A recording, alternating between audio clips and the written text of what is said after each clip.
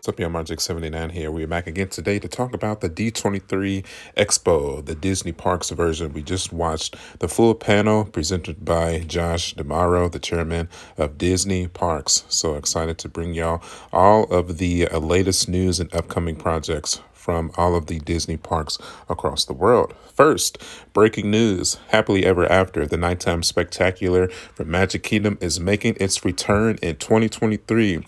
This should be no surprise, as the current show, Enchantment, while a cool show within itself, it just didn't hit the marker quite as Happily Ever After did. At least it didn't, within my humble opinion. I was fully a fan of Happily Ever After stand for years to come, like Wishes did. So now that it's coming back, I am a very happy boy. Next, we have Mando and Grogu were announced to be coming to Galaxy's Edge, to both Disneyland and Walt Disney World. Very exciting news, as the Mandalorian is easily one of my favorite Star Wars characters now, so being able to get the meet and greet with him puts a smile on my face. Then we got the reveal of Smart Hulk and the time-traveling suits from Avengers Endgame. He will be making his appearance in Avengers Campus at Disneyland. I wasn't really too much of a fan of this. He just seemed awkward walking on stage, even though he was huge. He stood a couple of feet taller than Josh DeMauro and Kevin Feige. He just looked awkward. I think they should take that one back to the drawing board. It's cool that we're getting him, but I'm not really a fan of the suit that they have him in either. I mean, if you're going to do Hulk, I think I would have rather have had regular, like angry Hulk, not Smart Hulk. That's my humble opinion, though. But the cool news is Hulk is coming sometime next week, and then Mandalorian is coming next month, I believe they said. So at least they're coming soon, so we can really get an accurate judgment of how they do with the guests. Now, if I had to take a wild guess, I would think that Hulk would just show up randomly on the street of Avengers Campus, and then I would be shocked if the Mandalorian didn't get his own special room, kind of official attraction spot, so that people can meet him whenever, all day. And then we got a new attraction announcement is going to take place in the multiverse. A different version of Thanos called King Thanos will be trying to take over the multiverse, and all of your classic movie heroes from the MCU, and it looks like from some of the animated Marvel cartoon series and even some of the Netflix shows are going to be joining forces to try to take on King Thanos. So that looks amazing. I mean, we see two different versions of Spider-Man, Captain America, Steve Rogers, Sam, and Captain Carter. Then we got two different versions of Hulk there, possibly maybe one of the first Hulks that we see, not from the MCU, but from the first Hulk movie back in 2003. Then we have She-Hulk there as well, the Mighty Thor, Thor's there. Then we see Daredevil, so it's going to be pretty cool. Cannot wait to see how that works out. Then we got some more big news on Disney's California Adventure. The Pacific Ward area is going to be transformed into San Francisco, themed from Big Hero 6. I absolutely loved Big Hero 6. We haven't really seen a lot of park representation from that movie, so anything we could possibly get that will make me a happy boy. Hopefully we get some character meet and greets as well. I would love to see it. That is supposed to be hitting sometime late next year or early 2024, so stay tuned for that.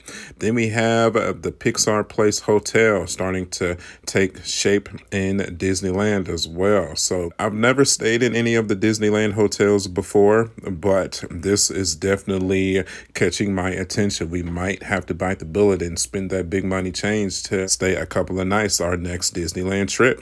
And then we have a release date for Mickey and Minnie's Runaway Railroad opening up in Toontown in Disney's California Adventure. Going to be sometime in 2023 as well. So that is exciting. That is one of my favorite rides in Hollywood Studios. So to see it come to Disneyland's California Adventure is very exciting. Also, with the updated McDonald's boat area reopening up to guests since its closing from the pandemic, very excited to see that make a comeback, because when we made our visit to Disneyland last year, it was definitely closed up. And then Goofy's house is being revealed as well. So definitely some welcomed additions to Toontown with Mickey's house and Minnie's house and Town Hall. This is one of my favorite areas from Disneyland that no longer exists at Disney World. So happy to see they get some expansions. Now, of course, all of these new expansions are projected to open up sometime in 2023 as well, so stay tuned for that. Then they also revealed some new imagery of Tiana's Bayou Adventure, the retheming to Splash Mountain in Disney World and in Disneyland. I'm very excited for this. Tiana has always deserved more representation in the parks. I'm happy to see them finally oblige and give this princess the recognition that she deserves. And I'm sure you've all heard by now that Tiana is also getting her own restaurant within the parks as well. This is very exciting. I cannot wait to see it. No, it's a cool day to be a Princess and the Frog fan, that's for sure. Anika Nicole Rose performed a rendition of Almost There and other soundtracks from The Princess and the Frog as a presentation of D23 as well. So that was really cool to see. And they also announced that this attraction is going to be getting original music and original characters as well. So it looks like they're pulling out all the stops to make Tiana's Bayou Adventure the best attraction that it could possibly be. Now, definitely Splash Mountain will be missed, but I am looking forward to the future on this. This attraction is slated to open up 2024. Then, oh my God, stop the presses. We finally got an official release date for Tron. I feel like I've been updating you guys on this ride every Magic Kingdom trip for almost 4 years. Spring of 2023 is the release date for Tron. I'm so excited. We'll finally get to ride it and deem that this attraction the best ride in Magic Kingdom. I have no doubt in my mind. So not too much longer, just another year, and then we'll all finally get to experience it. And they also announced that Epcot's Nighttime Spectacular Harmonious will be making its end sometime next year for a new Epcot nighttime experience. This is no surprise to me, as Harmonious was not well received at all. The eyesore of the mechanical contraptions right in the middle of the World Lake was never a sight to behold for Epcot guests. I always hated it myself, so it making its leave is just, it needed to happen. Now, that's not to say that I hated the show completely, but to be honest, it never surpassed Illumination's reflection of Earth for myself personally, so it needed to go. Then they announced a brand new Disney Cruise Line ship called the Disney Treasure. It's going to include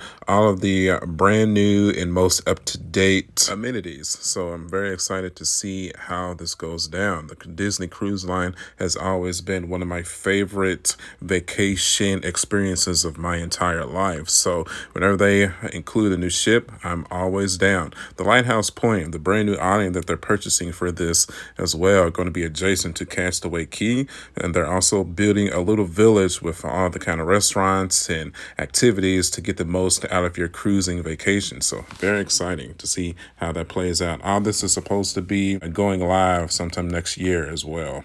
Zootopia is getting a brand new land in Disneyland Shanghai. That's very exciting, even though that is literally across the other half of the planet. Besides myself, that's okay. Hopefully one day we will get something either in Disneyland or Disney World so we can experience it as well. Or maybe I'll just hop on a plane and travel with myself. Duffy, Mickey's favorite teddy bear, and his friend Lily Bell are traveling to Epcot. That's cool for the little ones. Definitely not really any interest in myself personally, but hey, I'm sure my daughter will be most interested in meeting these furry friends. Then we have Frozen, basically coming to every Disney park except the ones in America. It's coming to Hong Kong, Shanghai, and Paris. That's cool. I wish it would come to Disneyland or Walt Disney World. It's kind of shocked me that there's no plans to bring them there. So hopefully sooner rather than later, we'll get our own Frozen land as well. And during the presentation of Frozen, we had a beautiful multilingual rendition of Into the Unknown as well. Very cool. I recommend checking that out on YouTube if you haven't already. Tokyo Disneyland is getting a futuristic updated look to their Space Mountain. That's amazing. Hey, Disney World or Disneyland, can we do this to our Space Mountain too? That'd be cool. Get a new story, get some new lights going on there. It just looks amazing. It just looks like a ship. It looks like a spaceship. That'd be so cool. Then we come to one of the huge announcements. This is all speculation. As mentioned in the presentation itself, Dinoland and Disney's Animal Kingdom will either be rethemed to Moana themed land or a Zootopia themed land. We do not know. Still in speculation. If I had to choose between one of the two, I'm kind of leaning towards Moana, if I'm being honest. I think I like that movie a bit better, but I feel like Zootopia fits better in Animal Kingdom though. So honestly though, I would be happy with either one of them, or maybe they could half it up and the share, maybe do like half a side of Moana and half a side of Zootopia. What do you guys think? Like I said, this is a completely, and I'm just a planning stage, just like Josh and his team of Imagineers have stated. Nothing has even begun on the groundwork yet, so we don't know. It's either going to be Zootopia or Moana taking over Dinoland USA at Animal Kingdom. So I'm excited to see what they come up with. Then the other huge speculation announcement, they're planning an expansion behind Big Thunder Mountain Railroad in the Magic Kingdom. They are speculating creating an Encanto area, a Coco area, and a Disney Villains area. All three themed areas are somehow going to fit behind Big Thunder Mountain Railroad.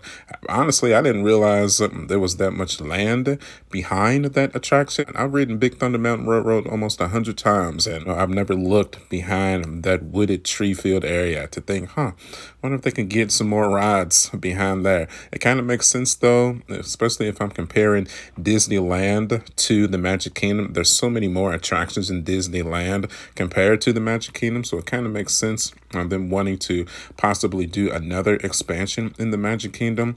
If I'm being completely honest though, I would kind of like to see a fifth gate, especially with the Disney Villains themed area. I always kind of want to see like a haunted, more adult oriented Disney theme park with more thrill rides and just creepier. And I think that would have been a great opportunity to use the villains to kind of promote that.